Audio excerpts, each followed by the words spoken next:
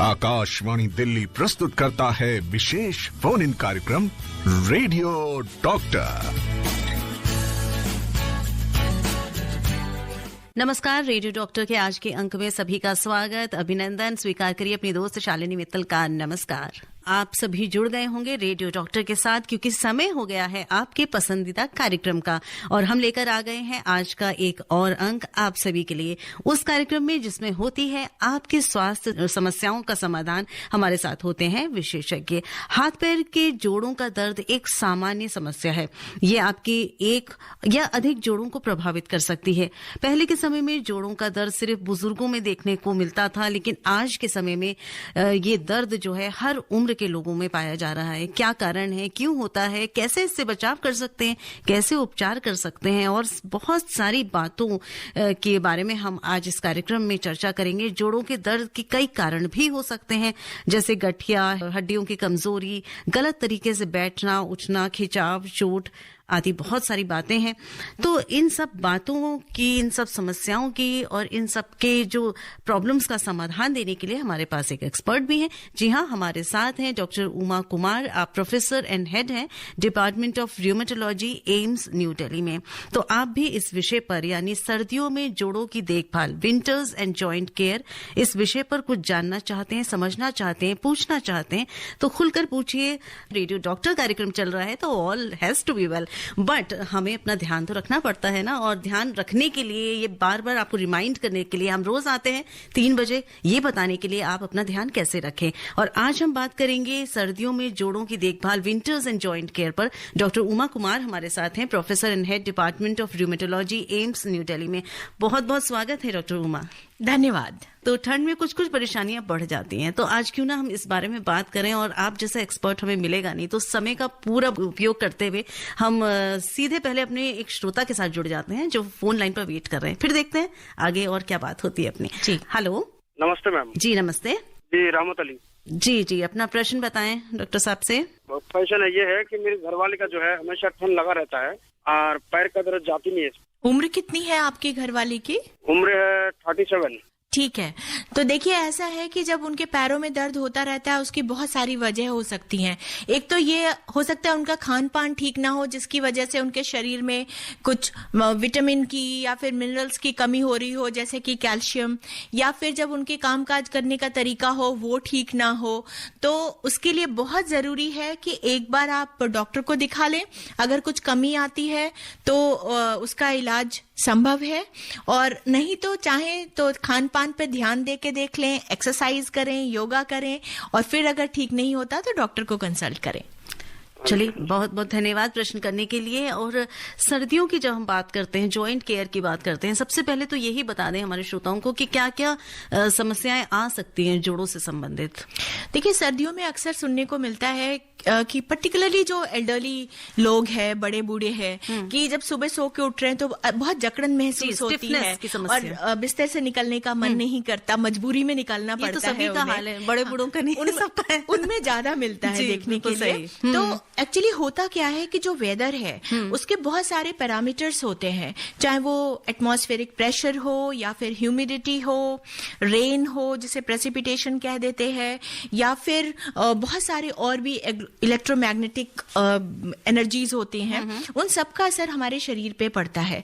तो हमारा जो जॉइंट है उसका भी एक प्रेशर होता है जो सब एटमॉस्फेरिक होता है, यानी कि जो वातावरण का प्रेशर है उससे कम होता है उस कैविटी में प्रेशर, इंट्रा आर्टिकुलर प्रेशर जिसे कह देते हैं, क्योंकि फ्लूइड होती है हमारे जॉइंट के अंदर। तो अब तक जितने भी स्टडी हुए हैं, तो अगर हमें बोले कंक्लूसिवली कुछ कह सकें, वो चीज नहीं है, क्योंकि एक तो स्टडीज बहुत कम हुए हैं इस डायरेक्शन में, और जो हुए हैं उसमें बहुत कॉन्फ्लिक्टिंग डेटा मिलता है। लेकिन अगर ग्रॉसली मैं बात करूं तो एक तो देखिए, ठंड में जो कहते हैं कि जो लुब्रिकेंट है वो थोड़ा सा थिक हो जाता है। तो जो जब थिक हो जाएगा, लोशन जो अगर बहुत थिक होगा तो मूवमेंट अफेक्टेड होगी। दूसरी चीज क्या है कि लोग सर्दियों में बहुत कम चलते फिरते हैं, एक्सरसाइज कम करते हैं, तो उसकी वजह से कुछ केमिकल्स हो सकते हैं जो वहीं पे इकट्ठे रह जाते हैं। और जो हमारे नर्व्स होते हैं, वहां भी छोटे छोटे नर्व्स होते हैं जिनके थ्रू सेंसेशन हमारी ब्रेन में पहुंच रही होती है।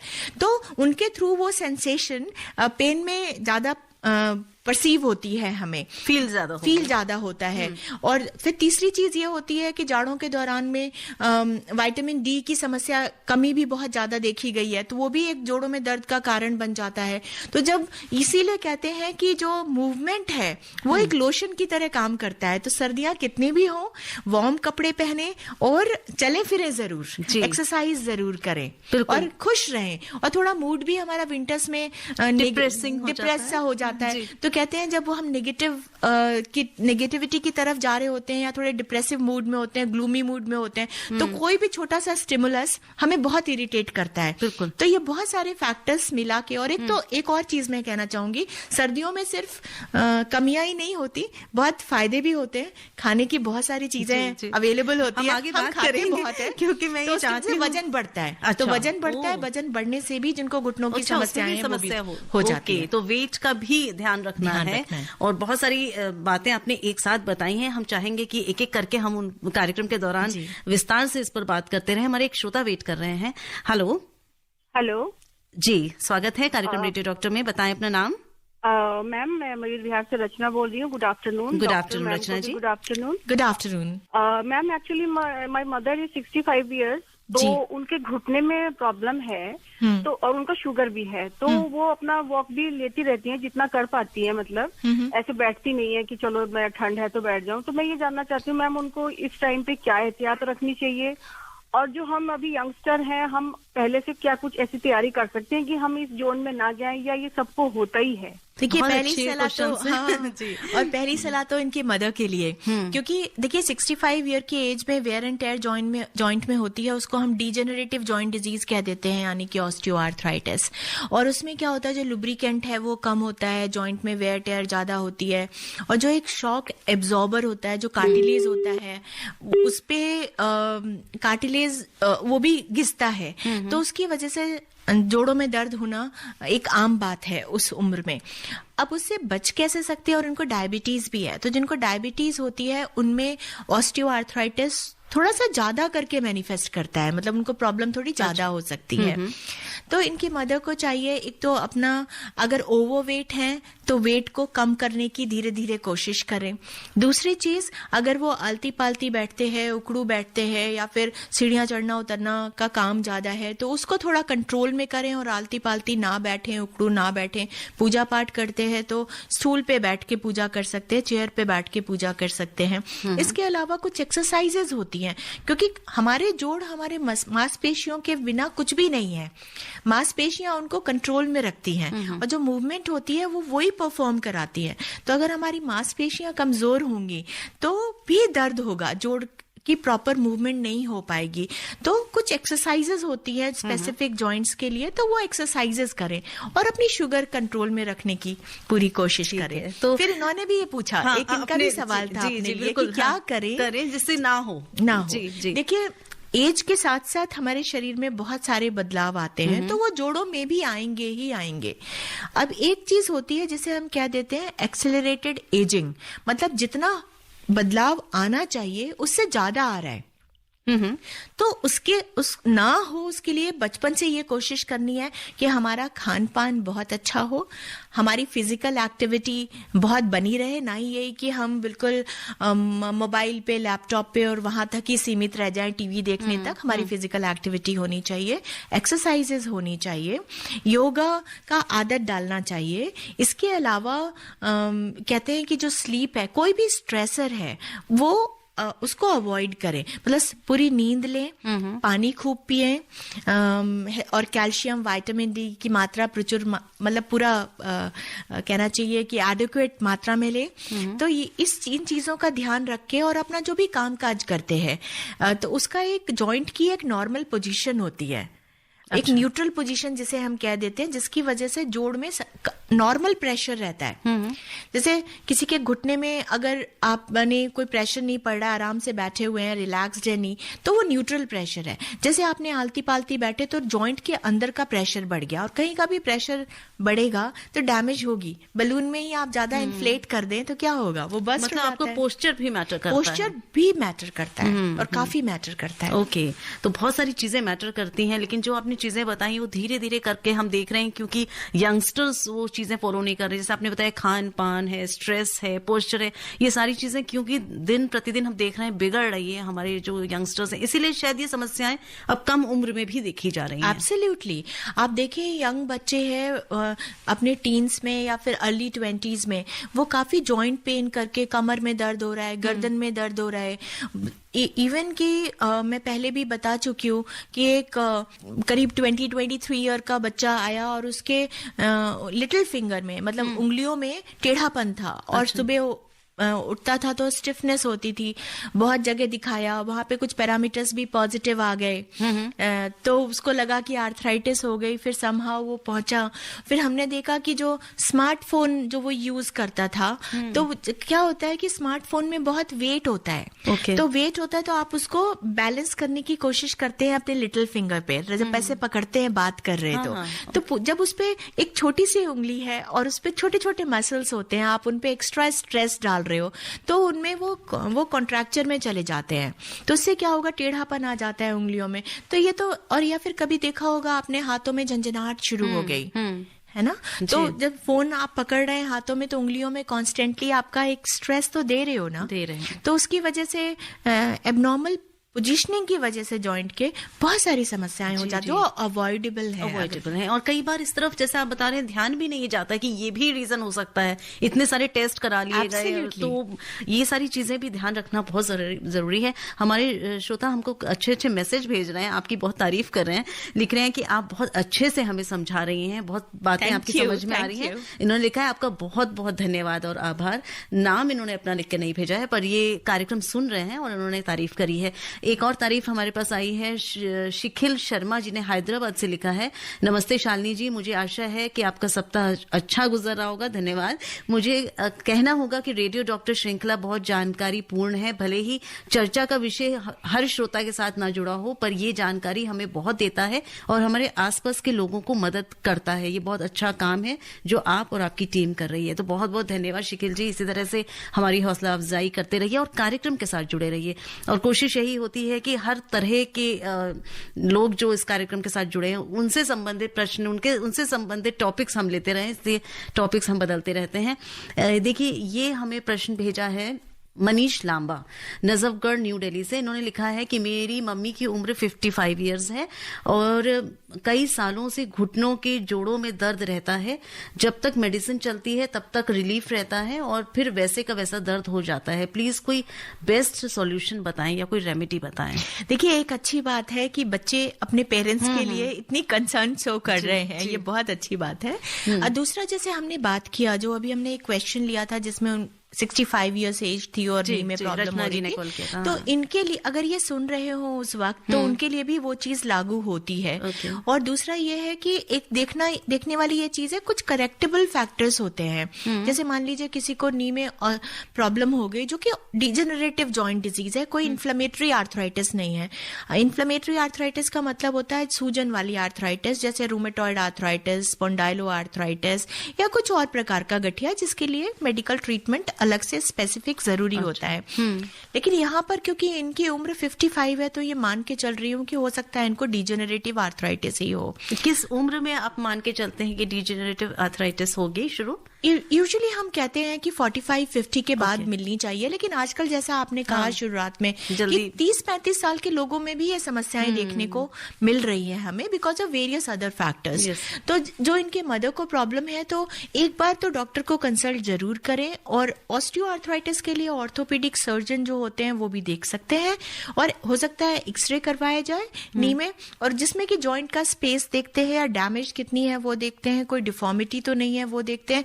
क्योंकि आप देखिए एक मशीन है, अगर वो उसकी अलाइनमेंट प्रॉपर नहीं है तो उसकी वेयर एंड टेयर ज्यादा होगी, लेकिन अगर प्रॉपर अलाइनमेंट है तो डैमेज होगी लेकिन वो कम होगी। तो अगर किसी में ऐसा होता है कि अलाइनमेंट प्रॉपर नहीं है तो कभी कभी लोगों को इनसोल दिए जाते हैं, कुछ स्पेशल टाइप ऑफ फुटवेयर दिए जाते हैं जिससे कि वेट एक तरफ ना पड़ के वो इक्वली डिस्ट्रीब्यूट हो जाए, तो उससे भी कई बार चीजें नॉर्मलाइज हो सकती हैं। एग्जैक्टली, बिल्कुल जी। हमारे एक कॉलर हमारे साथ हैं। हेलो जी, आप रेडियो डॉक्टर में हैं?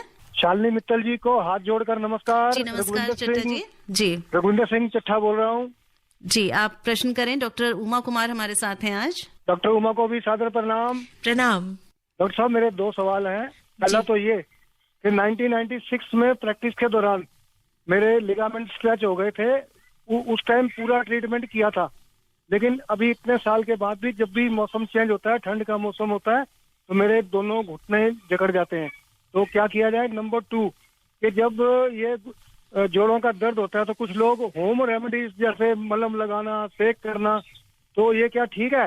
मैडम बताइए कि बार बार जो अगर कोई चोट लग जाती है, प्रश्न मेरा भी था कि कभी ऐसा सुनने में आता है कि मुझे बचपन में चोट लगी या 10 साल पहले चोट लगी, लेकिन फिर जब मौसम बदलता है तो वो ठीक होने के बाद दोबारा से उसी जगह पे दर्द होता है, तो ये उसी पुरानी चोट का ही होता है या कुछ और कारण होता है? देखिए, जैसे मैं कह रही थी कि जिस वातावरण में हम रहते हैं तो वातावरण का जो प्रेशर है, जो ह्यूमिडिटी है और टेम्परेचर है, वो सब हमारे बॉडी को, सरफेस को अफेक्ट करता है। तो जैसे किसी को चोट लगी और चोट लगने, उसमें क्या होता है, जो टिश्यू होता है, देखा गया है कि जो स्कार टिश्यू होता है, मतलब कि जो चोट के ठीक होने के बाद जो एक स्कार बन जाता है, उसमें भी सेंसिटिविटी देखी गई है इन सारे पैरामीटर्स की, कि दर्द उभर के आ जाता है जब सर्दियां आती हैं। और दूसरी चीज ये है, जैसे इनको लिगामेंट में टियर हुआ था और इन्होंने सर्जरी करा ली, वो ठीक हो गया, लेकिन जाड़ों में परेशानी हो जाती है, तो एक तो वो वजह हो सकती है। दूसरी चीज ये होती है कि जब कोई भी चोट लगती है तो वहां पर वेयर एंड टेयर होने की, जॉइंट में कहते हैं ना, इंजरी से बचाना है जॉइंट्स को।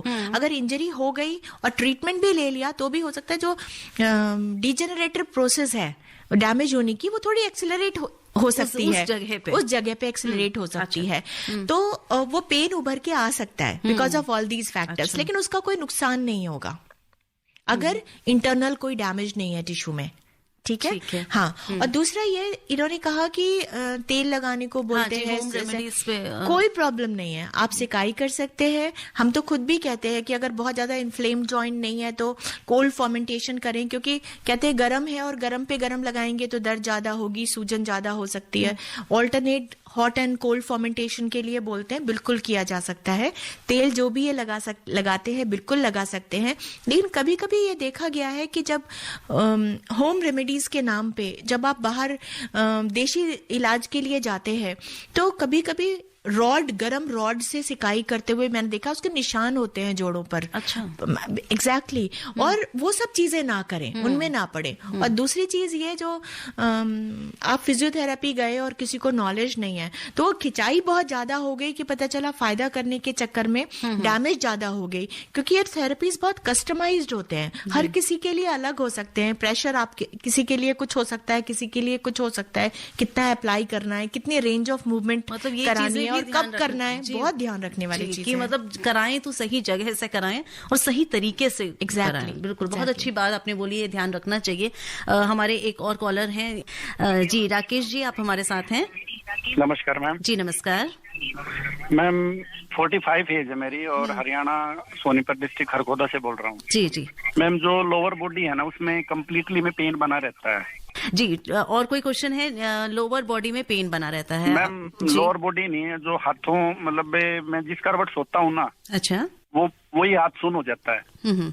मैम सुन रही हैं आपका प्रश्न, और कुछ बोलना चाहेंगे? और वो ठीक हो जाता है फिर उसके बाद जब आप उठते हैं तो ठीक हो जाता है? मतलब जैसे मैं करवट सो गया हूँ मैम, मैं और वो हाथ सो गया, मेरा सुन हो गया है जी, और फिर मैं सीधा हो जाता हूँ तो वो 1 या 2 मिनट लेता है, वो रिलैक्स हो जाता है। और वो किसी भी तरफ हो सकता है, चाहे बायां हो, दोनों तरफ होता है मैम, दोनों तरफ होता है, पाँव भी और हाथ भी।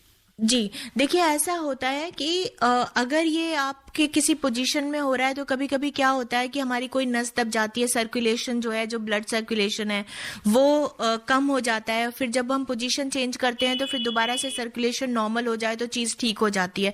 जैसे आपने देखा होगा, आलती पालती मार के लोग बैठे थोड़ी देर तो कहते हैं ना पैर सो गया, तो नम सा हो जाता है वो, और वो ठीक हो जाता है। ले तो वैसे मैं ये कहूंगी कि अगर आपको ये बहुत दिन से बनी हुई है प्रॉब्लम तो आप प्रॉपर मेडिकल कंसल्टेशन लीजिए। हो सकता है कहीं पे किसी पोजीशन में जो हमारी रीढ़ की हड्डी होती है या फिर जहां से भी नर्व्स निकल रही होती हैं वहां पर कहीं कोई कंप्रेशन हो जाता है ना, वो उसकी जो जहां से नर्व्स निकल रहे हैं वो नैरो हो जाती है, एरिया पतली हो जाती है, तो प्रॉब्लम होने लगती है। तो एक बार करा लें और उसके बाद आप, मुझे लगता है कि एक्सरसाइज करेंगे, प्रॉपर पोस्चरिंग रखेंगे, गद्दे का सही इस्तेमाल करेंगे, तकिया आप बहुत ऊंची इस्तेमाल ना करें, उतनी इस्तेमाल करें जो कि जिससे कि आपकी नॉर्मल बॉडी की जो कर्वेचर है, जो हमारी स्पाइन की एक कर्वेचर होती है नॉर्मल, वो मेंटेन रहे। तो उम्मीद है कि आप सुन रहे हैं और आपको जवाब मिल गया है। डॉक्टर साहब ने बहुत विस्तार से आपको बताया है, तो बहुत बहुत धन्यवाद प्रश्न करने के लिए। और लौट कर आएंगे, बहुत सारे डॉक्टर साहब हमारे पास प्रश्न आ चुके हैं, तो हम सबको शामिल करने की पूरी कोशिश करेंगे। आप सुनते रहिए रेडियो डॉक्टर। आप सुन रहे हैं विशेष फोन इन कार्यक्रम रेडियो डॉक्टर। Welcome back. आप हैं कार्यक्रम रेडियो डॉक्टर में और बहुत सारे प्रश्न हमारे पास हैं। हमारे श्रोता फोन लाइन पर भी वेट कर रहे हैं, तो हम ये उम्मीद कर रहे हैं कि आपको जानकारी अच्छी लग रही है। डॉक्टर उमा कुमार हमारे साथ हैं, professor and head department of rheumatology, AIIMS New Delhi में।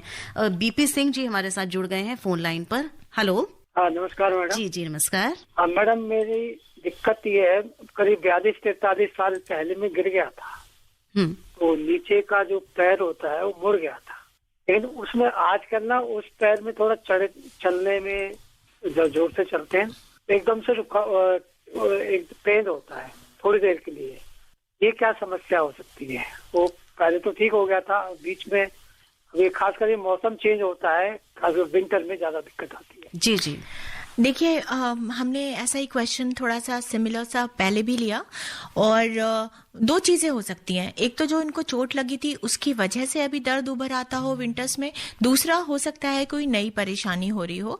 तो ऐसा होता है कि जो सर्दियों के दौरान जो हमारे सॉफ्ट टिश्यू स्ट्रक्चर्स होते हैं, यानी कि लिगामेंट्स, मसल्स, टेंडन्स, ये सारे कॉन्ट्रैक्ट करते हैं, यानी कि सिकुड़ते हैं। ठंड में कोई भी चीज सिकुड़ती है और वो फैलती है जब गर्मी होती है तो उसकी, और जो वहां पे नर्व्स होते हैं, नर्व्स की जो एंडिंग्स हैं, उनके जो छोर होते हैं, वो भी हर टिश्यू में होते हैं और वो एक पेन सेंसेशन की तरह परसीव हो सकता है, और विंटर्स में ये समस्या ज्यादा होती है।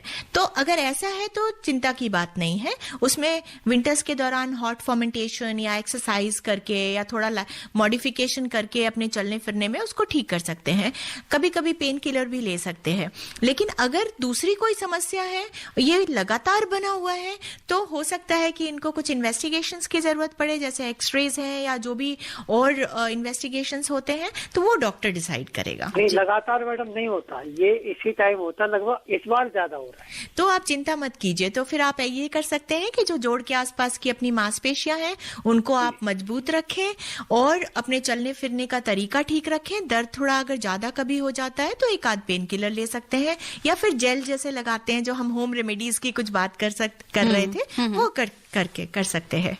चलिए, आपको जवाब मिल गया, बहुत बहुत धन्यवाद। और ये हमको लिखकर भेजा है मैसेज श्याम मित्तल जी ने, 74 इयर्स के हैं, रोहिणी में रहते हैं। इन्होंने लिखा है कि मेरा वेट 69 kg है। I am a regular listener of the programme and find it very useful one. Congratulations for spreading awareness which is well required now. इन्होंने अपनी समस्या लिखी है कि मुझे माइल्ड नेक पेन है 2 महीने से, और मैंने बहुत सारी चीजें ट्राई की हैं, फिजियोथेरेपी, योगा, ये सारी चीजें मैं कर रहा हूं, पर मुझे डायबिटीज है 1984 से। तो बताएं कि ये क्या किया जाना चाहिए। उम्र कितनी थी इनकी? इन्होंने उम्र अपनी 74 लिखी है मैम। देखिए, 74 इयर्स एज में नेक पेन हो रहा है और इनको डायबिटीज भी है, तो एक तो जो हम डिजेनरेटिव जॉइंट डिजीज की बात कर रहे हैं, ऑस्टियोआर्थराइटिस, हाँ। और पर्टिकुलरली इस एज में इस तरह की समस्याएं बहुत बढ़ जाती हैं, वो भी विंटर्स के दौरान। तो अगर सर्वाइकल की प्रॉब्लम है, तो जैसे कहते हैं कि कुछ एक्सरसाइजेज होती हैं, बहुत ऊंचा तकिया नहीं रखना है, पलंग जो है वो बहुत सॉफ्ट नहीं होना चाहिए, गद्दा सॉफ्ट नहीं होना चाहिए, तो ये सब चीजें ध्यान करेंगे तो आराम मिलेगा।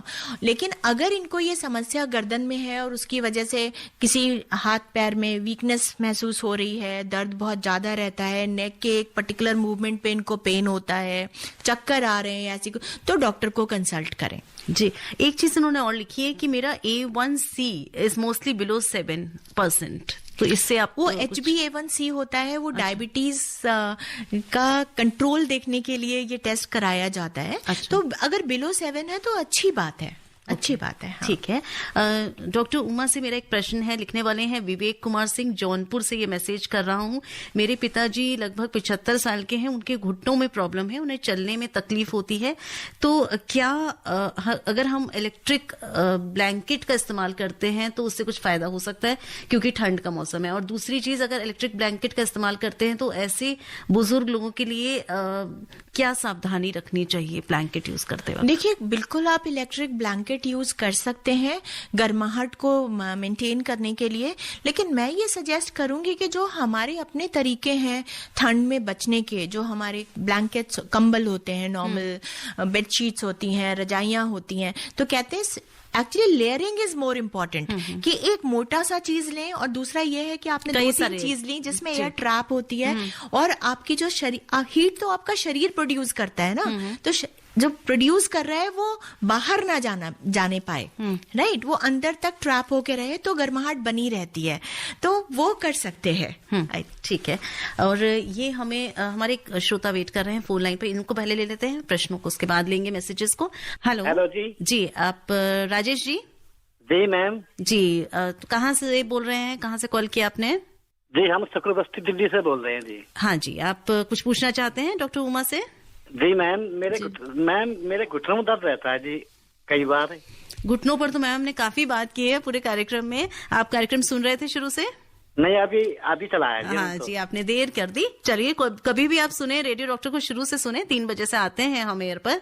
और तो चलिए, अभी मैम आप शॉर्ट में कुछ फिर से बताना चाहें इनको घुटनों के दर्द के लिए? हाँ, और एक चीज और, हम देख रहे हैं लोगों को बहुत ज्यादा घुटनों की समस्या जी, बिल्कुल, ये समस्या बहुत आम है। एग्जैक्टली। तो देखिए, घुटनों में दर्द है, और अगर इनको जो हम बात कर रहे हैं कि डिजेनरेटिव जॉइंट डिजीज या रॉन्ग पोस्चर की वजह से हो रही है, या वेट ज्यादा होने की वजह से हो रही है, या शुगर ज्यादा वजन होने की वजह से हो रही है, तो एक्सरसाइज करें, जो घुटने के आसपास की मांसपेशियां हैं उनको मजबूत करने की कोशिश करें, अपने चलने फिरने का तरीका ठीक रखें, वॉक पे जाएं, अपना वेट कंट्रोल रखें। जी, मेजर तो आपने चीजें ये बताई हैं शुरू में, और हम कोशिश करेंगे कि हमारे और श्रोता जो छूट गए हैं उनको लिए लास्ट में एक बार फिर से कुछ इंपॉर्टेंट बातें रिपीट कर दें अगर समय रहेगा। R.K. रंजन जी डॉक्टर साहब हमसे पूछ रहे हैं, दिल्ली में रहते हैं, कि क्या ये फीमेल्स में प्रॉब्लम ज्यादा होती है क्या इस तरह की समस्या?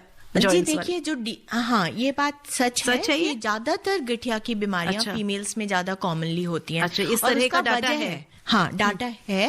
और दूसरा ये कि जो डिजेनरेटिव जॉइंट डिजीज है वो भी फीमेल्स में ज्यादा देखने को मिलती है in comparison to males, because उनकी लाइफस्टाइल, यूजुअली जो घर में काम करती है विमेन, फर्श साफ करना है, झाड़ू करना है, पोछा करना है, खाना बनाना है तो बैठ के बना रहे हैं, कपड़े धोने हैं तो ज्यादातर जो पूजा कर रहे हैं, तो वो सब उसमें जोर पड़ता है, घुटनों पर, हमारे कूलों पर जोर पड़ता है, तो उनको ये नहीं चाहिए। नहीं, मैं ये तो नहीं कहूंगी कि नहीं बैठना है, जब आप यंग है तो क्यों नहीं, जब आप बैठ सकते हैं तब तो क्यों नहीं बैठना, बिल्कुल बैठ सकते हैं, लेकिन excess of everything is bad. एक मॉडरेशन में आप कोई भी एक्टिविटी करें, चाहे वो खाना ही क्यों ना हो, आप मॉडरेशन में खा रहे हैं तो वो आपके शरीर के लिए ठीक है, ज्यादा खा रहे हैं तो वो डैमेज करता है, कहते हैं अपच हो जाएगी, तो वो वाली चीज है। तो दूसरी जो बीमारियां हैं ऑटो इम्यून डिजीजेस, जिसमें गठिया होता है, जैसे रूमेटॉइड आर्थराइटिस है, ल्यूपस की बीमारी है, स्क्लेरोडर्मा है, वो ऑटो इम्यून डिजीजेस है, उनके लिए बहुत स्पेसिफिक ट्रीटमेंट चाहिए होता है। उसमें मैं ये नहीं कह सकती कि सिर्फ आप अपना लाइफस्टाइल सुधार लो और आपकी ये बीमारी ठीक हो जाएगी, उसमें दवाओं की जरूरत होती है। तो लोगों को ये भी समझना बहुत जरूरी है कि ये इन्फ्लेमेटरी आर्थराइटिस है कि नॉन इन्फ्लेमेटरी, यानी कि सूजन वाली आर्थराइटिस है जिसकी वजह से हमें बहुत सारी और बीमारियां हो सकती हैं जाके। एक तो जोड़ तो जाएंगे ही जाएंगे, और जोड़ों के साथ में हो सकता है हमें डायबिटीज हो जाए, हाइपरटेंशन हो जाए, स्ट्रोक हो जाए, हार्ट अटैक हो जाए, ये सारी परेशानियां हो जाए, या फिर डिजेनरेटिव जॉइंट डिजीज है कि जिससे हमारे सिर्फ घुटनों में घिसना ज्यादा हो गया है और उसकी वजह से हमारे जोड़ों में दर्द हो रहा है। तो ये समझने के लिए कुछ टेस्ट स्पेसिफिक होते हैं कि ये आप लोग बात करके समझ जाते हैं? नहीं, देखिए, जब पेशेंट हमारे पास आता है तो बहुत सारे फैक्टर्स हैं जो ये डिसाइड करते हैं कि इस पेशेंट को ये डिजेनरेटिव जॉइंट डिजीज हो सकती है या फिर इन्फ्लेमेटरी है या किसी और प्रकार की आर्थराइटिस है। तो उसकी जो पहचान शुरू होती है कि मरीज की उम्र कितनी है, वो मेल है कि फीमेल है, उसकी लाइफस्टाइल क्या है, उसका ऑक्यूपेशन क्या है, तो परिवार में आर्थराइटिस की हिस्ट्री है या नहीं है। इसके अलावा बहुत लंबी लिस्ट होती है लक्षणों की जो पूछनी पड़ती है और एग्जामिन करते हैं पेशेंट को। एक चीज और होती है कि मैं ये इसलिए बताना चाहूंगी कि लोग कभी कभी इरिटेट हो जाते हैं। जैसे कोई आया कि मेरे एंकल में दर्द हो रहा है और आपने पूछना शुरू किया आपको सांस फूलती है क्या, कभी उंगलियां काली पड़ी क्या, आंख से दिखने में परेशानी होती है क्या, तो वो उनको लगता है कि पूछ क्या रहे हैं, प्रॉब्लम तो मेरे एड़ी में कि ये रिलेटेड कैसे है। हाँ, तो लेकिन प्रॉब्लम वहां है लेकिन उसकी जड़ कहीं और हो सकती है। अच्छा। तो इसलिए डिटेल्ड हिस्ट्री, तो जो हमारी रूमेटोलॉजी की साइंस है उसमें हम हमेशा कहते हैं कि जो डिटेल्ड हिस्ट्री और एग्जामिनेशन बहुत जरूरी है। एक डॉक्टर के लिए वो बहुत मायने रखता है। जो टेस्ट है ना, वो हो सकता है आपको कोई बीमारी नहीं है लेकिन आपका रूमेटॉइड फैक्टर पॉजिटिव हो और एडवाइस कर दिया, पॉजिटिव आ गया और थोड़ी बहुत दर्दें हो रही हैं, आप सोचने लगे कि मुझे आर्थराइटिस हो गई। और हो सकता है कहीं आप जाएं और आपको आर्थराइटिस की दवाएं भी शुरू कर दी जाए, हो सकता है आपको बायोलॉजिक्स भी दे दिए जाए। आपकी आदि तो परेशान, मतलब सोचो कि आदमी बहुत तकलीफ में चला जाता है सोच सोच के कि गठिया हो गया, मेरे जोड़ मुड़ जाएंगे, उसके बाद ये हो जाएगा। तो बहुत ही सावधानी बरतने की जरूरत है दोनों ही लेवल पे, मरीज के लेवल पे भी और फिजिशियंस के लेवल पे भी, रूमेटोलॉजिस्ट के लेवल पे भी। तो मानो investigations are very important. Investigations are in that sense कि they support the diagnosis, they support the diagnosis. और इन्वेस्टिगेशन को इन आइसोलेशन इंटरप्रेट नहीं करते, वो सारे सिम्टम्स एंड एग्जामिनेशन फाइंडिंग्स को साथ में लेके फिर इन्वेस्टिगेशन को उसमें इंक्लूड करके डायग्नोसिस बनाते हैं। तो ये जो आपने बताया, it is time taking, it is customised, yes, for each patient. It is every patient is different, manifestation of disease is very different in each patient. किसी को एक जॉइंट में प्रॉब्लम हुआ लेकिन वो रूमेटॉइड निकला, किसी को सारे जॉइंट्स में प्रॉब्लम हुई तो वो रूमेटॉइड निकला, किसी को सारे जॉइंट्स में प्रॉब्लम हुई लेकिन रूमेटॉइड फैक्टर पॉजिटिव ही नहीं आया। जी, तो it's not so simple, it's not at all simple. और इसीलिए हम आपको यहाँ पे बुलाते रहते हैं जिससे हमारे थोड़े एनलाइटमेंट होते रहे कि ये एक्चुअली होता क्या है। और देखिए हमारे एक और श्रोता वेट कर रहे हैं, मैसेज भी बहुत सारे हैं। श्रोता को पहले ले लेते हैं फोन लाइन पर। हेलो, नमस्कार मैम। जी नमस्कार। डॉक्टर मैम को नमस्कार। नमस्ते मैम, जब मैं ऊपर बैठती हूँ तो मेरे लेफ्ट पैर घुटने से बिल्कुल सुन हो जाते हैं, चीटी जैसे चलती है। जी, आपकी उम्र कितनी है? क्या रीजन हो सकती है, ये क्या करना चाहिए? मेघा जी बोल रही है। जी मेघा जी, डॉक्टर साहब आपकी उम्र जानना चाह रहे हैं। 25 जी, 25। देखिए 25 इयर्स में तो हम ये उम्मीद नहीं करते कि किसी के पैर सुन्न हो जाएंगे या घुटनों में दर्द होगा। लेकिन आपका वेट कितना है? 55। तो और हाइट? 5 फीट। ठीक है। तो देखिए ऐसा है कि आप डॉक्टर को कंसल्ट कर लें, या फिर आपको लगता है कभी आप आलती पालती मार के बहुत देर तक बैठे रहे हैं तब आपके पैर सुन्न हो रहे हैं, जब आप खड़े होते हैं तो बिल्कुल ठीक हो जाता है, तो चिंता की बात नहीं है, तो उस पोस्चर को अवॉइड कर लीजिए। चलिए, तो पोस्चर रिलेटेड हो सकता है। ये हमें लिखकर भेजा है परिधि ने दिल्ली से। Great topic, thank you Shalini ji, you are the backbone of radio doctors, thank you so much. और इन्होंने लिखा है कि I am 30 years old and have slightly knocked knees. तो कोई प्रिकॉशन की जरूरत है क्योंकि विंटर्स जब आते हैं तो अलाइनमेंट नीज का क्योंकि थोड़ा सा ठीक नहीं है, तो इसके लिए क्या कोई स्पेशल प्रिकॉशंस की आवश्यकता होती है? नहीं, प्रिकॉशंस एज सच जब ये फुटवेयर खरीदने जाते हैं तो उसमें ध्यान रख सकते हैं कि कैसा फुटवेयर लेना है। और दूसरा, नॉक्ड नीज है तो नॉक्ड नीज के लिए भी बहुत सारे थेरेपीज होते हैं जो कि ऑर्थोपेडिक सर्जन्स ट्रीट करते हैं उस चीज के लिए कि ज्यादा वेयर एंड टेयर ना हो। क्योंकि जैसा मैंने कहा, अलाइनमेंट अगर नॉर्मल नहीं है तो एक पर्टिकुलर जहां पे प्रेशर ज्यादा होगा वहां पे डैमेज ज्यादा होगी, अगर इक्वल डिस्ट्रीब्यूशन ऑफ प्रेशर नहीं है तो वो ये कंसल्ट कर लें, या फिर फिजियोथेरेपिस्ट से या फिर ऑर्थोपेडिक सर्जन से, तो कितना नॉक्ड नी है और उसके लिए क्या करने की जरूरत है, क्या सर्जरी की, करेक्टिव सर्जरी की जरूरत है, वो ज्यादा अच्छी तरह इनको सजेस्ट कर पाएंगे। बट उससे हो सकता है आगे चलकर प्रॉब्लम हो, तो उसको डिजेनरेटिव जॉइंट डिजीज ज्यादा होने की संभावना ऑब्वियसली हो सकती है। हाँ जी। यशपाल जी हमसे पूछ रहे हैं द्वारका दिल्ली से कि बहुत अच्छी इंफॉर्मेशन मिल रही है, क्या कार्टिलेज और सिनोवियल फ्लूइड उनको रिवाइव किया जा सकता है माइनर डैमेज के केस में? क्वेश्चन का ये है। और how effective and useful is use of injection in knee joint? देखिए ऐसा है, जहां तक बात है सिनोवियल फ्लूइड और कार्टिलेज की, हम सारे हमारे टिश्यूज में वेयर एंड टेयर होती है, और जब हम रेस्ट देते हैं अपने जॉइंट्स को तो रिपेयर प्रोसेस भी होती है। तो जब ये रिपेयर प्रोसेस कम होती है और डैमेज ज्यादा होती है जॉइंट अब्यूज होने की वजह से, तो क्यूमुलेटिव डैमेज हो जाती है, तो हमारी सिनोवियल फ्लूइड धीरे धीरे करके कम होने लगती है और कार्टिलेज भी घिसने लगता है अगर उस पर बहुत ज्यादा प्रेशर हो, या फिर जिन कारणों की हमने बात की उन सब की वजह से। तो आप मतलब बाहर से नहीं डाल सकते कि आपने बाहर से डाल दिया और जिंदगी आराम से गुजर गई, कि हमने ग्रीस डाल दिया जॉइंट में। लेकिन हाँ, जिन लोगों को ऑस्टियोआर्थराइटिस थोड़ी सीवियर होती है, पेन बहुत ज्यादा होता है, तो दो चीजें हो सकती हैं। कुछ एक टेम्परेरी मेजर्स होते हैं, उनमें या तो इंट्रा आर्टिकुलर स्टीरॉइड्स देते हैं, या फिर जिसको आप कह सकते हैं आर्टिफिशियल जॉइंट फ्लूइड यानी हाइलुरोनिक एसिड के बहुत सारे उसके प्रोडक्ट्स आते हैं, वो जॉइंट में डाले जाते हैं और उससे आराम होता है पेशेंट्स को। ऐसा नहीं है कि ना होता हो, आराम होता है। किसको क्या देना है ये डॉक्टर डिसाइड करता है, और बहुत ज्यादा अगर जॉइंट डैमेज हो जाते हैं तो रिप्लेसमेंट की जरूरत पड़ती है। दूसरा ये कि कम डैमेज है तो लाइफस्टाइल से आप अपने घुटनों को पूरी उम्र चला सकते हैं, लाइफस्टाइल मॉडिफिकेशन से, कि आप उसको ऐसा कुछ ना करें कि एक्सेलरेट हो जाए डैमेज। मतलब जैसे नॉर्मल जो प्रोसेस है वो ज्यादा बढ़ चढ़ के होने लगे तो डैमेज ज्यादा होंगे जॉइंट्स। तो लाइफस्टाइल जो मेजर्स हमने बताए उनका सहारा लेके, और जिनको जरूरत है इंट्रा आर्टिकुलर इंजेक्शन की, उनको वो देके काफी कुछ जिंदगी आसान हो जाती है। बहुत सारी बातें आपने बताई, बहुत सारी चीजों को ध्यान में रखना जरूरी है।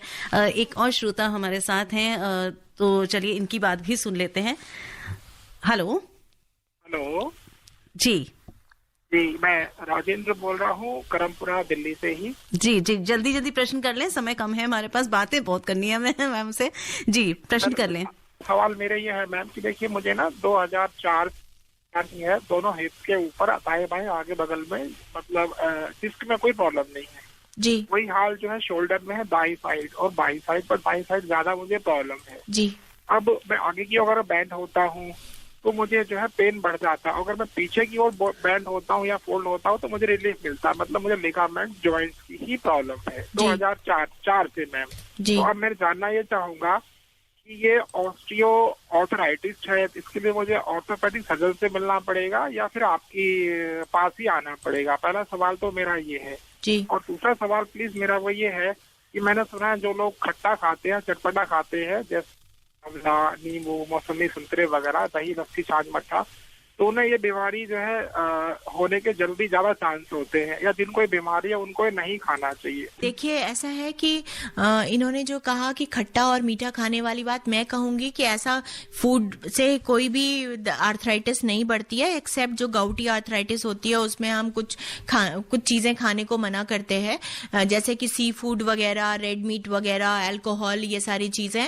और लेकिन बाकी के आर्थराइटिस में बिल्कुल ऐसा नहीं कहते। लेकिन कुछ फूड एलर्जी होती है, यानी कि कुछ फूड को खाने से किसी को मान लीजिए कुछ रिएक्शन हो सकता है, किसी को अर्टिकेरिया हो जाता है या किसी को लूज मोशंस हो जाते हैं किसी फूड से। ऐसे ही कुछ लोगों के जॉइंट में भी पेन हो सकती है। तो अगर आपको किसी खाने से ऐसी परेशानी होती है हर बार तो आप उसको बेशक ना खाएं, लेकिन मैं ऐसा नहीं कहूंगी कि आप ये ना खाएं या वो ना खाएं।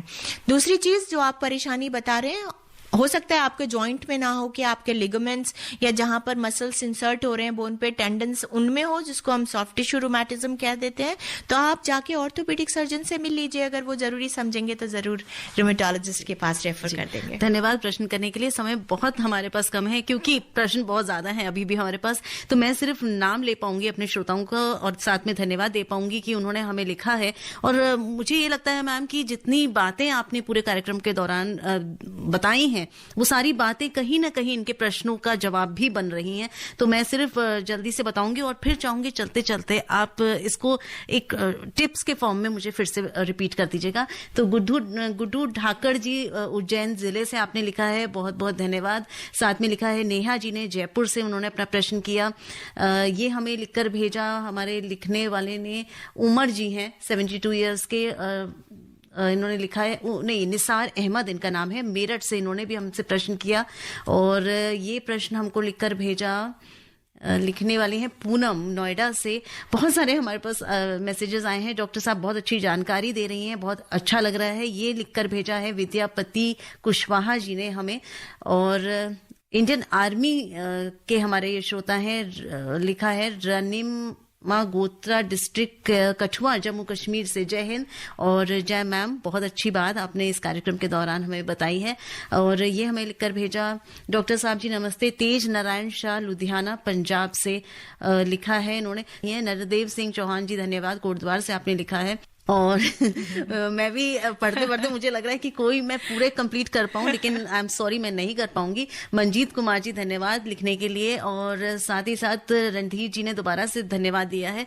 सभी को फिर से धन्यवाद। और मैडम बस थोड़ा सा समय में आप इसको शॉर्ट में, जो लोग हम कार्यक्रम नहीं सुन पाए या जो मैंने नाम लिए उनके प्रश्न भी इसी से संबंधित थे, तो सर्दियों में जोड़ों की देखभाल इस विषय पर क्या खास टेक अवे आप देना चाहेंगे? टेक अवे है कि सर्दियां हैं, उसका लुत्फ उठाइए और उसके लिए जरूरी ये है कि आप अपने जोड़ों पर ध्यान दें। और वो कैसे दे सकते हैं? अपने वजन को कंट्रोल में रखें, फिजिकली एक्टिव रहें, योगा करें और वजन अपना बहुत ज्यादा ना बढ़ने दें। जैसे मैंने कहा, एडिक्वेट स्लीप लें, अपने आप को वार्म रखें। और हमने जैसे बताया कि आप लेयरिंग में अगर कपड़े पहने तो ज्यादा ठीक रहेगा।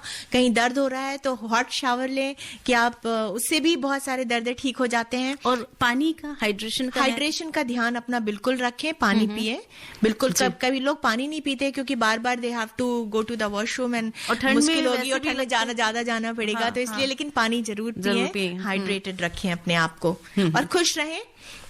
That's all. And धूप लें, अच्छी धूप लें जिससे विटामिन डी की कमी ना होने पाए। बिल्कुल। और रेडियो डॉक्टर के बारे में भी कुछ बोल दीजिए। जी, मैं कहना चाहूंगी रेडियो डॉक्टर के बारे में, तो मैं कहना चाहूंगी कि मैं तहे दिल से धन्यवाद करना चाहती हूँ, क्योंकि आपके माध्यम से इतनी जानकारियां लोगों तक पहुंचती है। क्योंकि जब हमारे पास पेशेंट ओपीडी में आते हैं तो वो ये बताते भी हैं, कुछ जो उनके साथ में रिश्तेदार होते हैं कि हमने ये किया, हम ठीक हुए, या हमें पहले पता नहीं था, ये जानकारी मिली तो हम यहाँ तक पहुंचे हैं। तो आप एक बहुत ही शुभ काम कर रही हैं देश की सेहत को संवारने का। बहुत बहुत धन्यवाद। और आप बोल रही हैं तो हमें और अच्छा लग रहा है कि आपके मुंह से ये बात सुनकर। और जैसे राजेंद्र जी ने भी बोला कि आपको कैसे पकड़ा जाए सब लोग आपको मिलना चाहते हैं, आपसे बात करना चाहते हैं। देखिए, हम पूरी कोशिश करते हैं कि हर किसी को एकोमोडेट करें और वो एम्स आ सकते हैं और जिनको जरूरत होती है वाकई तो हम पूरा समय उनको देते हैं। लेकिन मैं माफी तो मांगूंगी जरूर, क्योंकि संभव नहीं होता। अगर ये भी सोचें कि हर कोई उस दिन देखा जाए, वो संभव नहीं हो पाता है। तो कभी भी परेशानी कोई अप्रोच करना चाहता है तो मंगलवार और शुक्रवार के दिन वो एम्स में रूमेटोलॉजी ओपीडी में आ सकता है। चलिए, आपने बता दिए, बहुत बहुत धन्यवाद। और अब अलविदा लेंगे और पहले धन्यवाद दे देते हैं डॉक्टर उमा कुमार आपको कि आप समय निकाल कर यहाँ आई हैं। आप प्रोफेसर हैं, हेड हैं department of rheumatology, AIIMS New Delhi में। बहुत बहुत धन्यवाद इस कार्यक्रम में शामिल होने के लिए। Thank you so much Shalini ji. और स्वीकार करिए शालिनी मित्तल का भी नमस्कार। अभी आप आकाशवाणी दिल्ली से विशेष फोन इन कार्यक्रम रेडियो डॉक्टर सुन रहे थे। कार्यक्रम की प्रस्तुतकर्ता थी शालिनी मित्तल।